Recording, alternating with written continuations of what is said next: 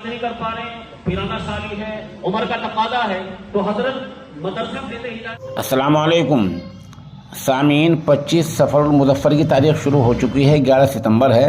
خبر کا عنوان ہے مولانا ظہور قاسمی عماد پوری کی روح کو ایصال ثواب کا سلسلہ جاری ہے۔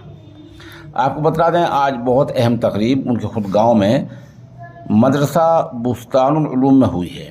یہ بستان العلوم وہی ادارہ ہے جس کے خود حضرت مولانا ظہور احمد رحمۃ اللہ علیہ محتمم تھے اور جس کو اب ان کے فرزند انجمن قاری محمد عارف دیکھ رہے ہیں۔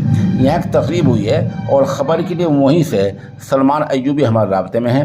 وہ بتا رہے ہیں کہ مدرسہ بستان العلوم میں منعقد تقریب میں صدارت خطاب میں مولانا حکیم عبداللہ مغیثی دامت برکاتہم نے حضرت مولانا ظہور احمد رحمۃ اللہ علیہ کی حیات و خدمات پر تفصیل روشنی ڈالی اور موت و زیست کے فلسفے کے حوالے سے بتایا۔ ادھر جامعہ بدرالعلوم گڑھی دولت کے محتمم اور شیخ الحدیث اور ساتھ ساتھ دارالعلوم دیوبند کے شورا کے رکن حضرت مولانا محمد عاقل قاسمی کا بھی یہاں اسی تعلق سے خطاب ہوا ہے۔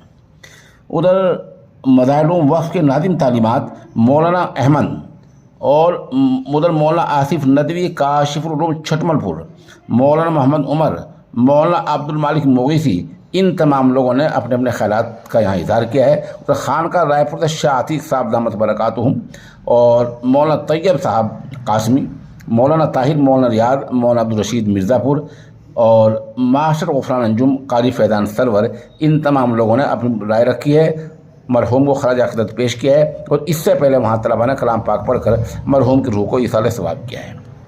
موقع کی چند تصاویر پیش خدمت ہیں۔ اس طرح ایک دوسرا پروگرام قصبہ گنگو کے متصل نکوڑ کی جامع مسجد میں ایصال ثواب کا ہوا ہے۔ وہاں سے مولانا شاہوید رشید ہمارے رابطے میں ہیں۔ وہ بتا رہے ہیں کہ یہاں مولانا منور صاحب جو محتمم ہے جامع مسجد کے، مفتی ندیم صاحب اور مولوی عمران صاحب، ان لوگوں نے حضرت مولانا رحمۃ اللہ علیہ حیات و خدمات پر تفصیل روشنی ڈالی ہے اور بتایا کہ مولانا ظہور کی جو خدمات ہیں اور جو ان کی بہت سارے محنت ہیں وہ ہمارے لیے مشرِ راہ ہیں، اور وہاں بتایا گیا کہ شادی بیاہ کی رسومات کے خاتمے کے لیے مولانا ظہور احمد کی جو خدمات ہیں وہ ہمیشہ یاد کی جائیں گی۔ اس طرح ایک تیسرا پروگرام ضلع پانی پت کے گاؤں پسند میں مدرسہ ظہور الاسلام میں ہوا ہے۔ بتا دیں مولانا ظہور الاسلام یہ وہی ہے جس کا سنگ بنیاد خود حضرت مولانا رحمۃ اللہ نے رکھا تھا۔ یہاں ایک دعائیہ تقریب ہوئی ہے اور یہاں ادارے کے محتمم حافظ محمد سالم نے اس کی صدارت کی ہے۔